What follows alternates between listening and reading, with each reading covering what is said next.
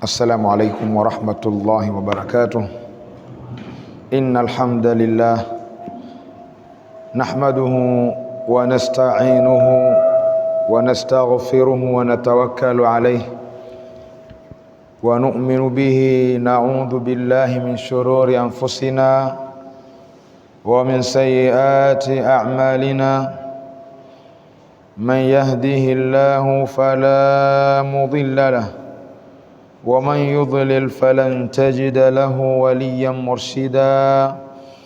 أشهد أن لا إله إلا الله وأشهد أن محمدا عبده ورسوله أرسله بالهدى ودين الحق ليظهره على الدين كله ولو كره المشركون. أما بعد، صلوات الله وتسليماته على نبينا المصطفى محمد صلى الله عليه وآله وصحبه وسلم تسليما كثيرا إلى يوم الدين. اللهم صل وسلم عليه وعلى آله صلاة تخرجنا بها من ظلمات الوهم وتكرمنا بنور الفهم وتوضح لنا ما أشكال حتى يفهم. إنك تعلم ولا نعلم وأنت علام الغيوب. رب اشرح لي صدري ويسر لي أمري واحلل عقدة من لساني يفقه قولي. وبعد، أما حقيقة Allah subhanahu wa ta'ala ni fundi wa kusimulia na ni mzuri wa kuhadithia, na yeye ametuwekea mazungumzo mazuri yetu kwa ajili yetu, ambayo ni Qur'an, kitabu chake Huda. Qur'an hiyo ikiwa ni mwongozo kutusaidia kutufikisha pale ambapo yeye anataka,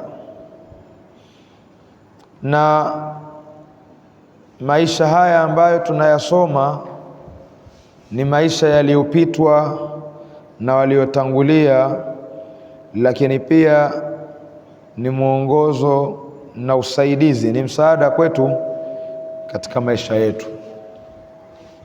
Ikhwata alkiram, jana tulisimama katika aya ya 29 surata Yusuf.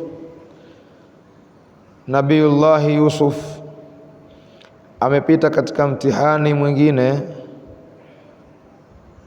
na mtihani huu ni nyumba aliyofadhiliwa,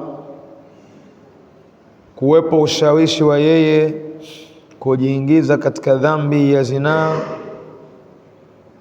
dhidi ya yule mfadhili wake, yani mke wa mfadhili wake, mke wa waziri ambaye ndiye aliyemnunua Nabiyullahi Yusuf. Tuliona ushahidi uliothibitishwa na mtoto mdogo ambaye inasemwa kwamba alikuwa ni mtoto wa mjomba wa yule mke wa waziri, na ushahidi wake ni kwamba ikiwa kanzu yake Yusuf imechanika nyuma, basi sadaka Yusufu, atakuwa amezungumza kweli Yusuf, na mke wa waziri atakuwa ni muongo, amemsingizia Yusuf. Lakini ikiwa kanzu ile imechanika kwa mbele, atakayekuwa mkweli ni mwanamke, na Yusuf alayhi salam atakuwa muongo. Alipoitazama kanzu waziri imechanwa kwa nyuma, kilichobaki katika kinywa chake maneno aliyosema, hivi ni katika vitimbi vyenu nyinyi wanawake, maana wewe ndo mkosa. Lakini vile vile akamwelekea Nabiyullah Yusuf akamwambia, Yusuf, lipuuzie hili jambo, achana nalo, limekwisha. Maana yake lifanye siri, usilihadithie.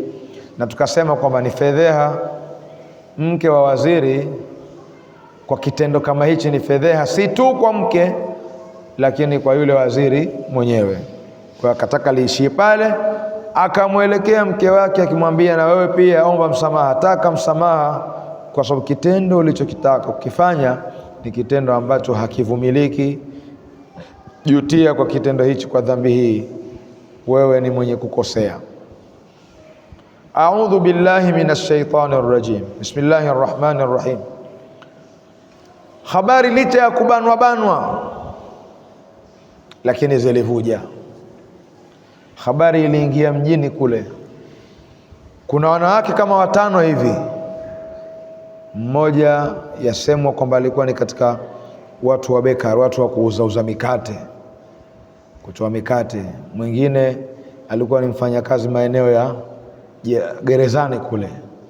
Mwingine kukaa, kuna habari, kuna wanawake kama 5 wakawa ni wenye kupashana umbea.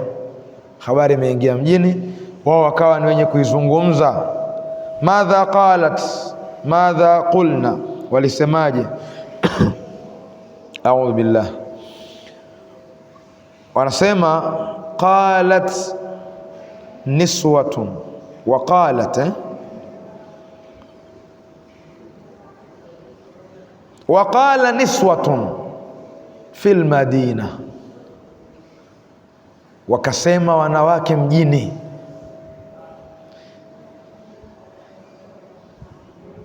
Imraatul azizi turawidu fataha, mke wa waziri anamtamani, anamtaka mtoto wake. An nafsihi, hali ya kuwa huyu mtoto hamtaki huyu, lakini mwanamke kang'ang'ania king'anu, anatapatapa, anahangaika na kitoto ambacho ni kifanya kazi tu, mtumwa katika nyumba yake, anamtaka. Mtoto mdogo tu, amemlea wenyewe, kakuwa katika nyumba yake. Mwanamke alivyokuwa hana haya, huyu anakitaka kitoto kidogo. Hizo habari zikawa zinavuma katika mje. Imraatul azizi turawidu fataha, mtoto huyu mke wa waziri anakitaka kitoto chake, anamtaka mtoto wake, mfanyakazi wake. An nafsihi, hali ya kuwa huyu mfanyakazi mwenyewe, huyu mtumwa, hata hamtaki yeye. Qad shaghafaha hubba, maneno mtaani yanazagaa. Qad shaghafaha hubba, kashavurugwa kimapenzi. Qad shaghafaha hubba, kashazidiwa kimapenzi. Inna, hakika sisi, wanawake wanajisemea, hakika sisi, lanaraha, kwa yakini twamuona mwanamke huyu, fi dhalalin mubin, katika upotevu wa wazi, kashapotea. Sasa mwanamke huyu ataka nini tena? Kasri kubwa analoishi, mume wake mtu mtukufu, mtu mkubwa wa hazina, waziri wa hazina ya fedha. Yule mtoto kaja juzi, hata hajui lolote, wamemlea wenyewe kakuwa pale. Leo hii anakwenda kugeuka, yeye anamtaka mtoto yule. Huyu mwanamke kashapotea njia kabisa. Inna, hakika sisi, lanaraha, tunamuona huyu mwanamke wa waziri, fi dhalalin mubin, yumo katika upotovu wa wazi.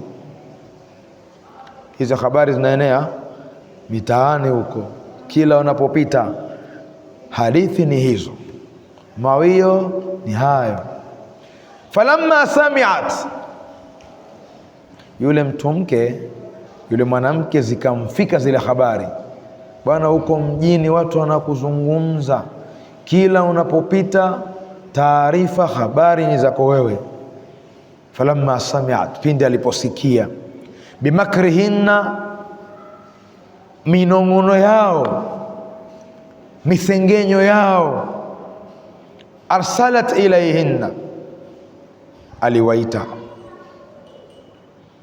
alipeleka taarifa za mwaliko rasmi. Angalia, mwanamke anapanga mipango maalumu kwa yale madai na maneno yanayozungumzwa na wale wanawake walioko mitaani. falamma sami'at bimakrihinna, makri manake ni vitimbi, lakini Allah ametumia lugha falamma sami'at bimakrihinna, aliposikia vitimbi vyao. Hatuta tafsiri vitimbi vyao, vimeitwa makri manake ni ile misengenyo yao, kwa sababu ni habari zinazungumzwa kwa kufichwa fichwa, kwa zikaja kama ni vitimbi, mipasho. Falamma sami'at bimakrihinna arsalat ilayhinna, akawaita. Wa a'tadat lahunna, na akawaandalia muttakaa, maeneo ya kukaa, viti vya kukaa. Muttakaa maana yake ni viti, ni maeneo ambayo anakaa wakaegemea watu, kwa akatengeza mazingira ya mwaliko mazuri tu, akaitisha mwaliko. Sema nyinyi hamnijui mimi, subirini. Akatumia akili kutaka kuwaonesha wale kwamba kitendo alichokifanya yeye hakikuwa kwa bahati mbaya, au hakudhamiria yeye tu, hakuwa mpuuzi kufanya alichokifanya, ambacho wao kule mitaani wanakizungumza negatively, kwa ubaya. Kwa Mwenyezi Mungu anatuambia falamma sami'at bimakrihinna arsalat ilayhin wa a'tadat lahunna muttakaa.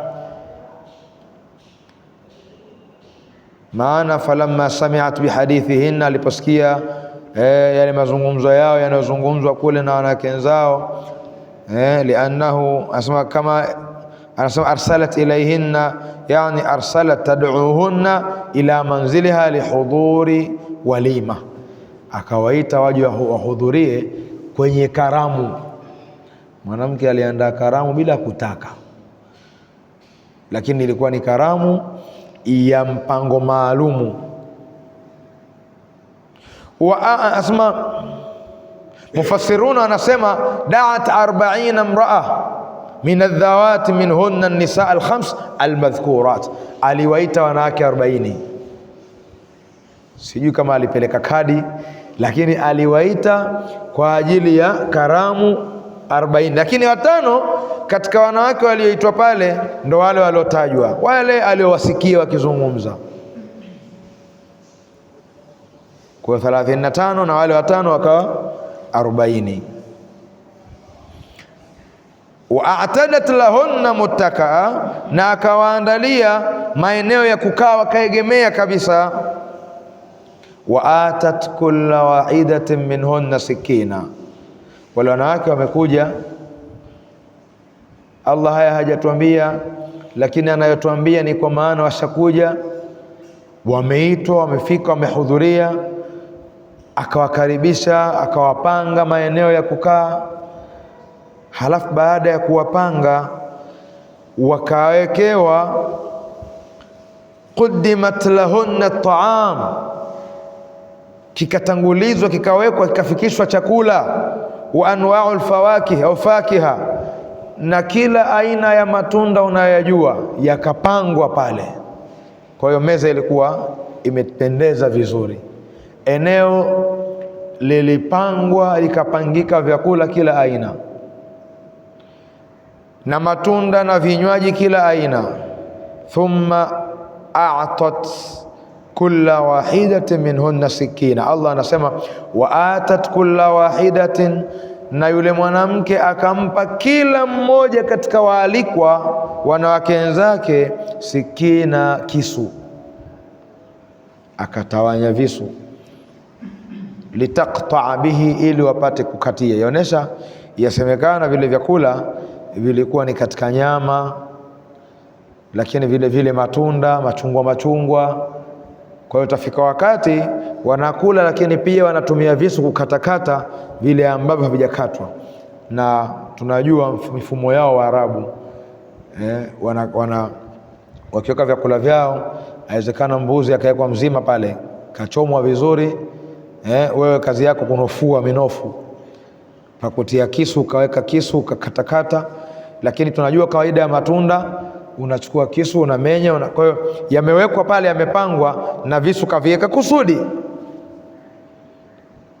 Anasema Mwenyezi Mungu wakati anatusimulia habari hii iliyopata kutokea katika maisha ya mitume yake, wa atat kulla wahidatin minhunna sikina wa qalat, kisha yule mwanamke mke wa waziri akaingia alikokuwa Yusuf. Maana Yusuf ni kama abdun pale, ni mtumwa, mtumishi, kwa hiyo hana amri, yuko chini ya amri na taa. Akaitwa, njoo, wageni wetu washafika tayari, wameshajipanga, wameshaanza kula, hebu na wewe toka peleka hichi, toka peleka hichi. Kwa waqalat, akasema yule mwanamke, ukhruj alaihinna, toka mbele yao, nenda jitokeze. Wahunna, nasema mfasiri, hali ya kuwa wale wanawake mashughulat bitakshiri alfakiha, wameshughulika, wakati wameshughulika kumenyamenya nini, matunda. Wasakakinu fi aidihinna, visu vimo mikononi, wanakatakata matunda. Ndio muda ule ule aliotumia ukhruj alaihinna, jitokeze.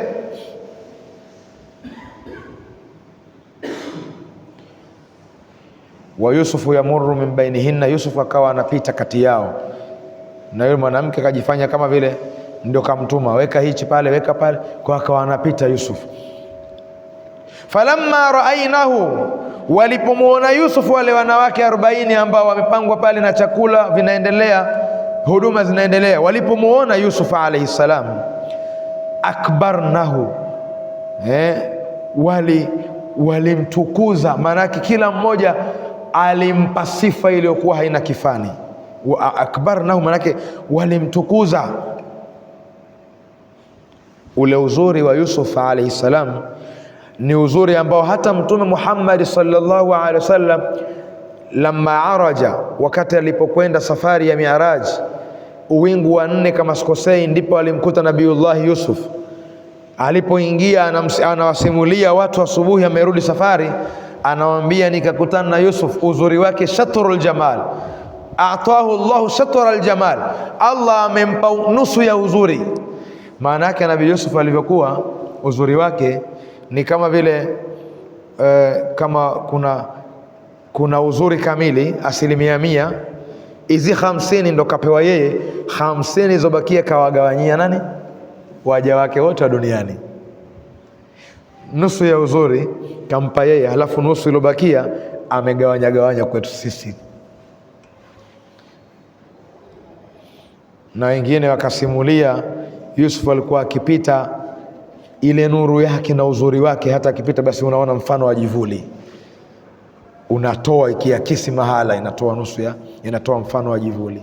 Wamesimulia, kila aliyesimulia amesimulia, lakini kwa upeo wa uzuri aliyokuwa nao Nabiyullahi Yusuf alayhi salatu wassalam. Kwa alipotoka, walipomuona wote, akbarnahu, wakamtukuza. Waqatta'na aydiyahunna, hiyo ndio kali zaidi. Waqatta'na aydiyahunna, na wakajikata mikono yao. Kwa walikuwa wanamenya matunda, wakawa la yashuran, hawahisi tena. Yani mtu anajikata, damu zinatoka, lakini hata hahisi kama hayupo kwenye matunda tena, hayupo kwenye taka, yupo kwenye kiganja. Fikiria wewe, unapata picha alikuwa ni mtu wa aina gani Yusuf, ambaye wanawake washughulike kwa namna hiyo. Kwa Allah anatusimulia yeye, na yeye ndo muumbaji. Alomuumba nani? Yusuf alayhi salatu wassalam, wa huwa khaliquna, na ndo alotuumba sisi. Anasema waqatta'na aydiyahunna, wakakatakata mikono yao, kwa mughma, kwa mzubao waliozubaa, kwa kumuona kiumbe ambaye hawajapata kumuona. Kafungiwa tu ndani humu ndani siku zote, hawajapata kumuona wale watu. Na yule mwanamke kafanya vile kusudi waje wamshuhudie, si wanamsema huyu hivyo, anayemsema astahiki yeye mwanamke, mke wa waziri, kuyafanya aliyoyafanya au hastahiki? Hichi ndicho alitaka athibitishe kwa wanawake wenzake, fi'lan, kwa vitendo, sio hadithan, sio kwa story, kwa matendo, kwa vitendo. Waqulna, na wale wanawake wakasema hasha lillah, Mungu ametakasika kweli kweli, hasha lillah. Hii ni kauli ambayo unaisema kwa kustaajabia jambo. Maana yake tanazzaha Allah an sifati al-ajzi, Mungu ametakasika, hana sifa ya kushindwa na jambo. Wa ta'ala, ametukuka, ta'ala ta'dhamatuhu, umetukuka utukufu wake, fi qudratihi, katika uwezo wake, ala khalqi mithlihi, kwa kuumba mfano wake. Yani hakuna anayeweza kuumba kama Mungu, hasha lillah. Yakamtoa wale wanawake, yakawatoka maneno kama hasha lillah. Hawakuishia hapo, ma hadha bashara, huyu si mtu, ma hadha bashara, huyu si mwanadamu wa kawaida, huyu si mwanadamu wa kawaida. In hadha, hakuwa huyu, illa malakun karimun, isipokuwa huyu ni malaika mtukufu. Huyu hakuwa ila ni malaika, si yoyote huyu. Kwa nini wakasema ni malaika? Kwa sababu namna ambavyo wao walistaajabia na kwa namna walivyomuona, wanasema huu uzuri si wa kawaida, alhusnu ra'i, huu la yujadu fil bashar, uzuri kama huu mwanadamu hawezi kuwa nao, si mwanadamu, huyu ni kiumbe wa ajabu tu, malaika. Qalat, kashapata la kusema, malengo yake kashayafikia yule mke wa waziri. Qalat, akasema fadhalikunna alladhi, huyu ndiye ambaye lumtunani fihi, mulikuwa mkinilaumu kuhusu yeye. Mambo yote nyinyi mmejichinja, mukajichinja mikono yenu, wala mkawa hamujali kuwa mnajichinja, hamuhisi, hamujui. Basi huyu fadhalikunna, huyu alladhi, ndiye ambaye lumtunani fihi, mmenilaumu, mukanisema mitaani, mukanipakazia kwamba roho yangu siwezi. Huyu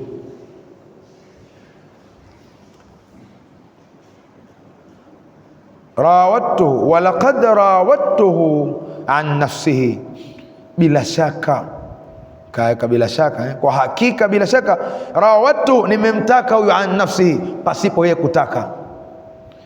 Sasa yule mwanamke akanaropoka, anathibitisha fastasama, na Allah akatumia kinywa cha mwanamke kumtakasa mtume wake. Fastasama, yeye tu hakutaka. Huyu mwanamme huyu, yeye hakutaka, hakuwa ni tayari kwa lile ambalo mimi nilidhamiria nikalitaka kwake, hakuwa tayari.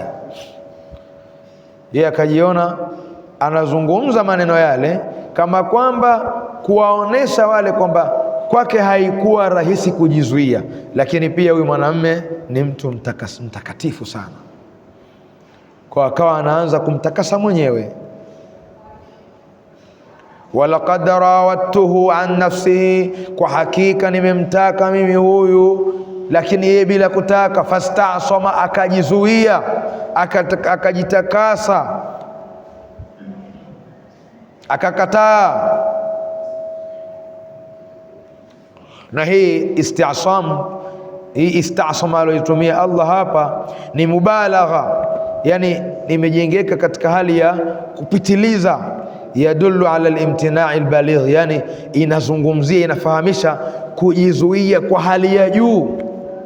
Angesema Allah faaba, yule mwanamke angetumia lugha faaba, kakataa, lakini katumia istasama, yani kakataa kiasi kwamba huyu hafikiki, yuko madhubuti.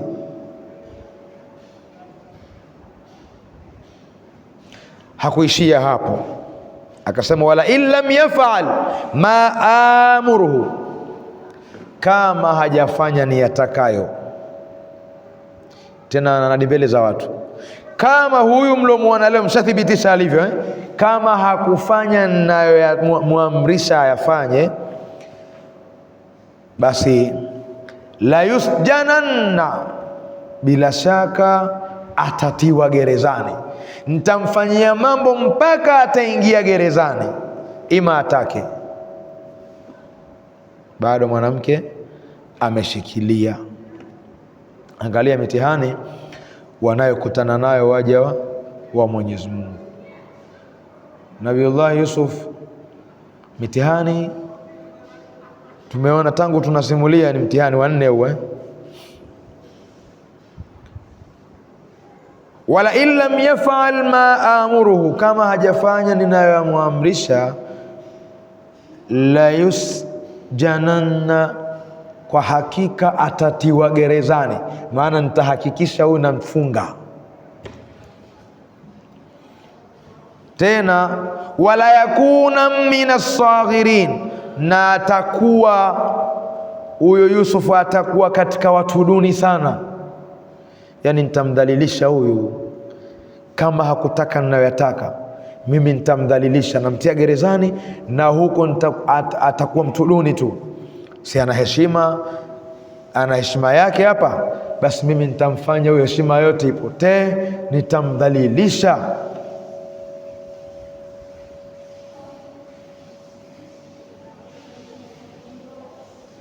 Kwa mwanamke kwa muda ule akawa hahofii tena lawama wala maneno ya watu, akawa anaropokwa tu, anazungumza. Mwanzo kwenye tukio lile la kutaka Yusuf aingie katika matakwa yake kule, ilikuwa ni siri, lakini mbele za watu wengi sasa ikawa hakuna siri, yeye mwenyewe ndio anaropokwa. Nabiullah Yusuf, na mkasa haukuwa kwa yule mwanamke tu. Kutokea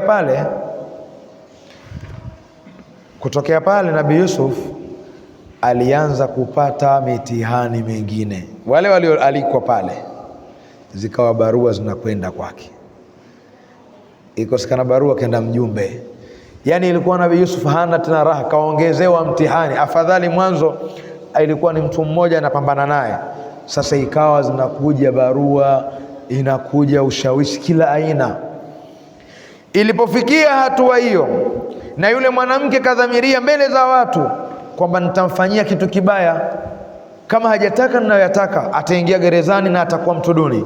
Nabiullah Yusuf qala, akasema, Rabbi, mola wangu, asijnu ahabbu ilayya, gereza ni bora zaidi kwangu. Kwa hapa nishakofikia, gereza ni bora zaidi kwangu, mimma yad'unani ilaihi, kuliko yale wanayoniitia wao. Hapo ndio inaonyesha kwamba hakuwa mtu mmoja, imekuja jamaa wengi. Mimma yad'unani ilaihi, mimma yad'unani ilaihi, kuliko lile jambo analoniitia kwalo. Bora sasa mimi nifungwe, bora kwa hali hii, bora tu nikafungwe, bora nusu ya shari kuliko shari kamili.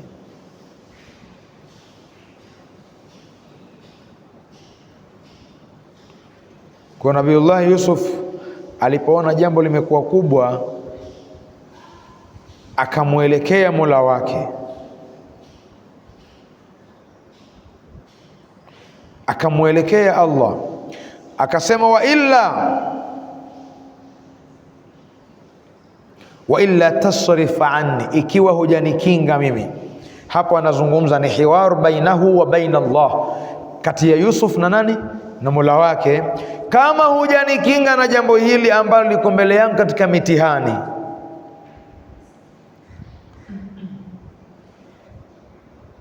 wa illa tasrif anni kaidahunna, ikiwa hujanikinga na vitimbi vyao, asbu ilaihinna, nitaelekea kwao. Kama haujapita msaada wa Mungu,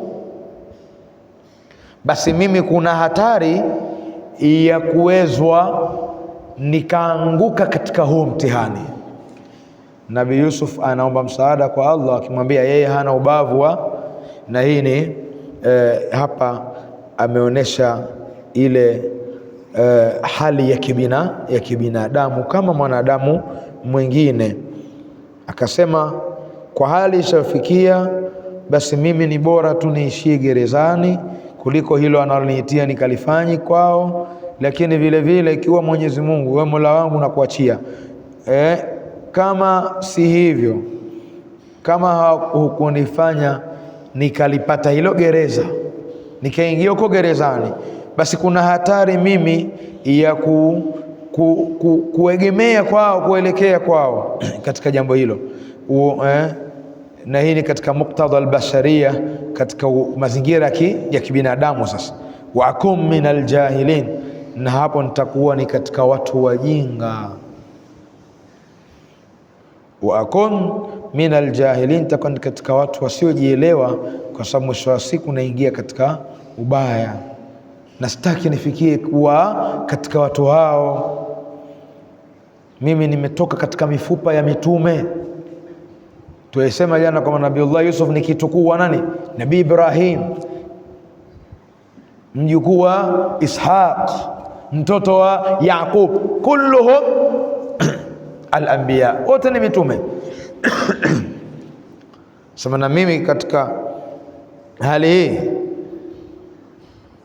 nitakuwa nimepotea.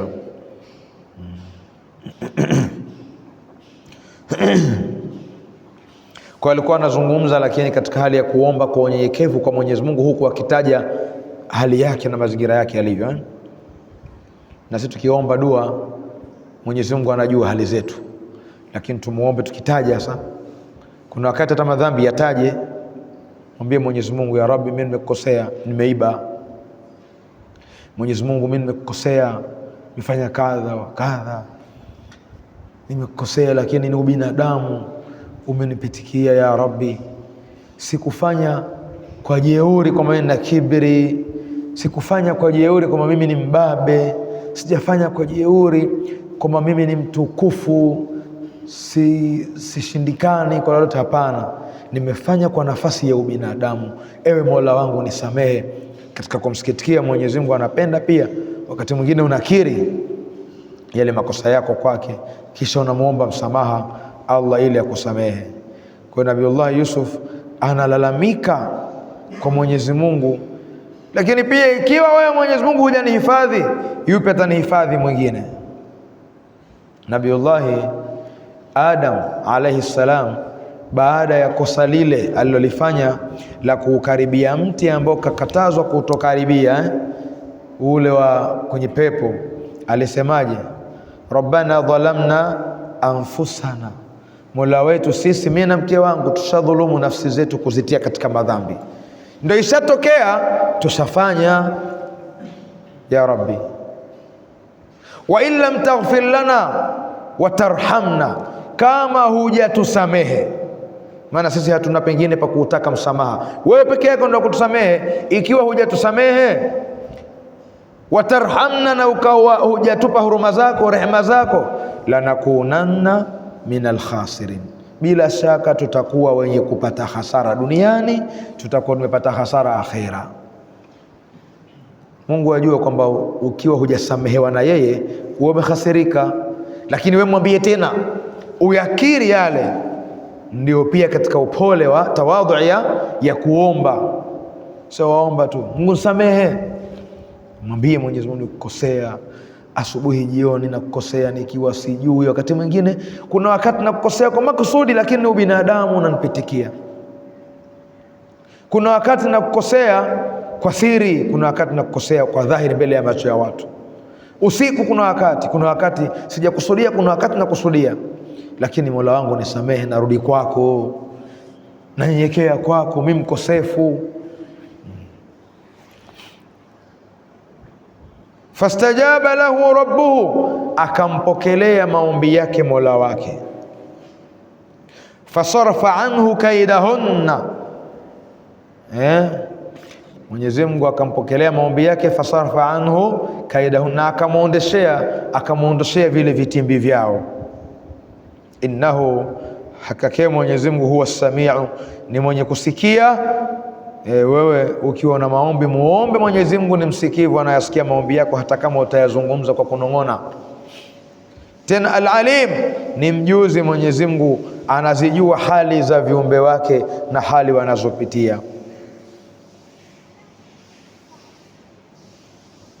Thumma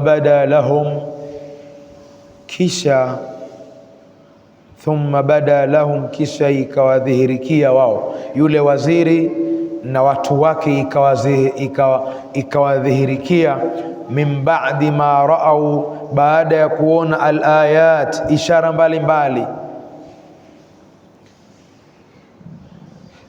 Nini kilichowadhihirikia?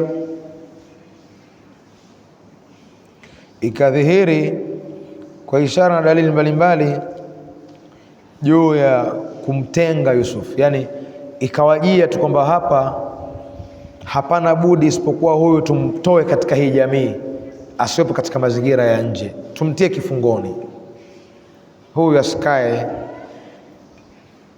Na asikae kwa sababu gani? Asikae tena, walipopata shauri likawathibitikia, wakaona yule bora wamuondoshe mazingira yale, wakasema la yasjununnahu hatta hin, wakakusudia kwamba wamfunge kwa muda, kwa kitambo fulani, maana kisichojulikana. Ni afadhali wakati mwingine unapelekwa gerezani, wajua anatumikia kifungo cha miaka 3. Nabii Yusuf alikusudiwa kutoa gerezani kwa muda usiojulikana, maana yake haujaainishwa, lakini kwake ikawa ni bora. Amechagua matatizo haya kuliko matatizo yapi? Matatizo ya kuingia katika maasiya na mtihani ambao umemzunguka kule mitaani. Kwa thumma bada lahum, kisha ikawadhihirikia wao waziri na watu wake, min ba'di ma ra'au al-ayat, baada ya kushakuona ishara, la yasjununnahu hatta hin, ya kwamba wamfunge kwa muda.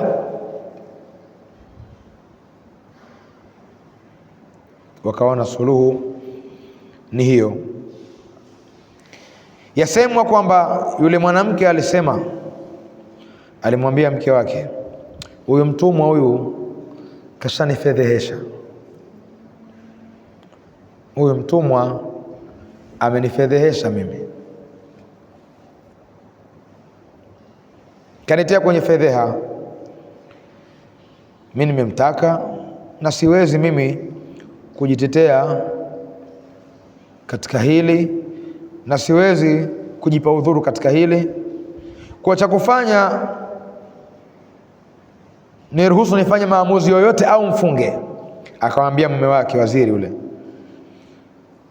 Kwa pale, kutokana na lile, ni kama alipata ushawishi, akaona hapa bora tu ni mfunge. Lakini ilikuwa ni majibu ya Mwenyezi Mungu ya kumkubalia Nabiullah Yusuf kwa lile ambalo amelita. Kwa Nabiullah Yusuf kwa wakati huu aliingia gerezani kwa matakwa yake. Hizi nyingine zilikuwa ni sababu, ilikuwa ni maombi aliyoyaomba kwa Allah, kwa sababu ya kuona gereza kwake itakuwa nusra, itakuwa ni bora zaidi.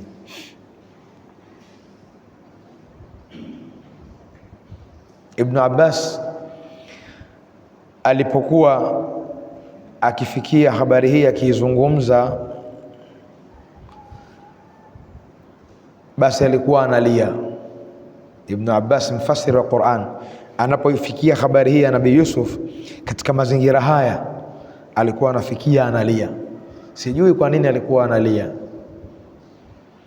lakini pia alikuwa anaona upeo wa uchamungu wa Nabiullahi Yusuf.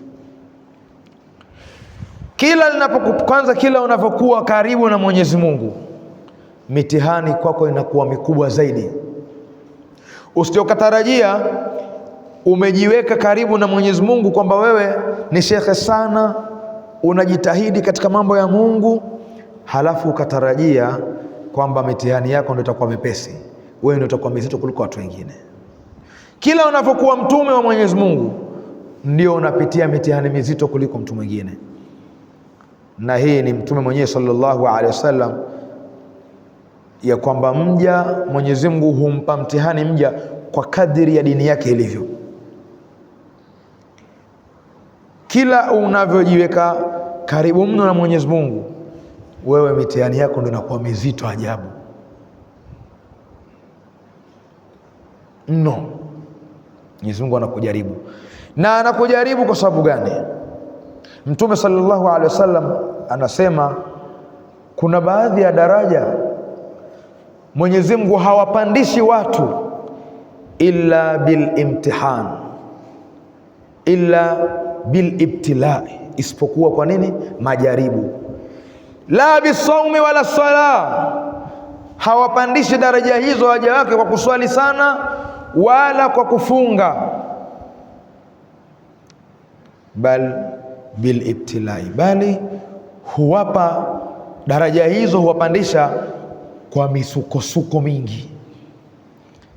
Kuna wakati hufaulu wakazipanda zile daraja, lakini tatizo ni wanapokuja wakafeli, hata ile daraja anayokuwa nayo pia nayo huanguka. Mwenyezi Mungu atuhifadhi. Lakini usitarajie kwamba mimi nitakuwa karibu na Mwenyezi Mungu ukawa wewe unapita kwa wepesi tu maisha. Bila shaka atakuwa mepesi kwa upande mmoja, kwa sababu mitihani utakaopewa unaweza ukaifaulu, unaweza ukaipita vilivyo sawa, ndio kufaulu. Kwa Mwenyezi Mungu huwapa watu mitihani kwa walivyo, vile walivyo.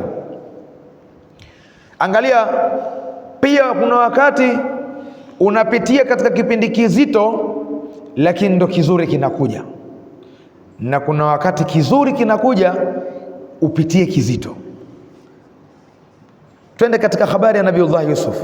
Mapenzi aliyopata kwa baba yake ndiyo alompeleka kwenye nini? Akapata nini? Husda ya ndugu zake wenyewe. Vile kupendwa ni jambo zuri, baya ni jambo zuri, anapendwa mno na babake, ukaja mpango wa kumfanya nini? Kumtia kisimani. Mapenzi yamempeleka wapi? Kisimani, manake kwenda kuuawa. Kutiwa kisimani kukampa kitu gani kizuri Kipi? Cha kwenda kuishi katika jumba la fahari la kifalme, kasri. Maisha yake yakawa mazuri, tumeyaona maisha mazuri kule, alikuwa na shida na Yusuf. Tena maisha mazuri tuliona jana, walamma balagha ashuddahu, alipofikia umri wa baligh, utu uzima, tulimpa nini? Hikma na elimu. Elimu ipi alipewa? Hikma. Wanasema wafasiri, ndicho kipindi ambacho Nabii Yusuf alijifunza mambo mengi ya kimaisha, kwa sababu aliishi kwa waziri ambaye alikuwa ni hodari sana kwa kazi zake. Ile nafasi aliyokuwa nayo katika wizara, alikuwa ni mtu mzuri katika management. Nabiullah Yusuf kupitia malezi ya nyumba ile akapata elimu kubwa na hikma kubwa ya kuongoza. Kwa pale ni kitambo kile ambacho alikuwa anaishi katika nyumba ile, ndipo alikuwa anapata malezi na anapata ule ujasiri na elimu ya kuweza kusimamia mambo pale. Kwa alikuwa katika hali nzuri, lakini mazuri yale ya kasri la ufalmeni, ya kwenye ufalme, yakazaa nini? Vitimbi vya wanawake wito wa kwenda katika uovu. Lakini pia wito huu ukampitisha gerezani hapa, lakini pia tutaona gereza linampa jambo jingine, kapata negative, anapata positive. Kwa haya ndo maisha, unapitia kwenye mtihani mzito, unarudi katika. Kwa hiyo Nabiullahi Ayub, mtihani wake tunauona, uchamungu wake, mpaka Ibilisi anamwambia Mwenyezi Mungu, mja wako huyu hakusahau muda wote. Akasema, lakini mimi kama utanipa idhini nimtie kwenye mtihani huyu, anakusahau tu. Kaambia, wewe mja wangu aliyetakasika hawezi kunisahau mimi, nipe ruhusa nimjaribu. Mwenyezi Mungu akampa ruhusa, akamuidhinisha, fanya unalotaka, ameshakuruhusu. Ndio mtihani wa mtume huo. Sasa Nabii Ayubu alipata maradhi. Nabii Ayubu alayhi salam alikuwa tajiri, ana mashamba kadhaa, ana mali na watoto wengi hawapungui 10. Mtihani wa kwanza, lile shamba lake lote liliungua moto. Ibilisi akaenda akapuliza, akafanya mambo yake, likaripuka lote. Halafu akamwendea Nabii Ayubu, yupo kwenye swala, akamwambia, wewe unaswali ibada hapo, Mungu unayemswalia huyo unayempenda yeye kashakuteketezea, shamba lako lishaungua, wasali nini? Nabii Ayubu hakukata swala Kama mimi na wewe tungetoka, hata Mungu ajue swala yangu kama utakwenda kuzima moto. Nabii Ayubu kamaliza kuswali kwa utaratibu wake ule ule, hajapaparika. Amemaliza kuswali, atoa salamu, ndo akamjibu akamwambia, aliyenipa hilo shamba kachukua alichonipa, kosa liko wapi? Hata moyo wake huko. Alipoona kamkosa pale, watoto wake walikuwa wana kawaida, Nabii Ayubu wanakusanyika kila siku fulani katika wiki. Leo wiki hii kwa huyu, wiki ijayo yale, wanazunguka dauru mpaka wanamaliza wote. Anaanza yule aliyoanza mwanzo, wanakwenda kwa ajili ya karamu, wanakula. Ule udugu wao waliweka hivyo. Akatega siku ambayo wako kwenye mzunguko wa pamoja, pale pale akaenda akapuliza, akafanya mambo yake Ibilisi. Wote wakapata maradhi pale pale, wakafa wote.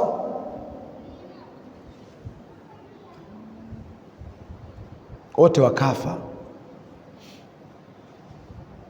Walipokufa akamwendea vile vile, hakupaparika majibu yake baada ya swala, na alikuwa anamwendea kwenye swala.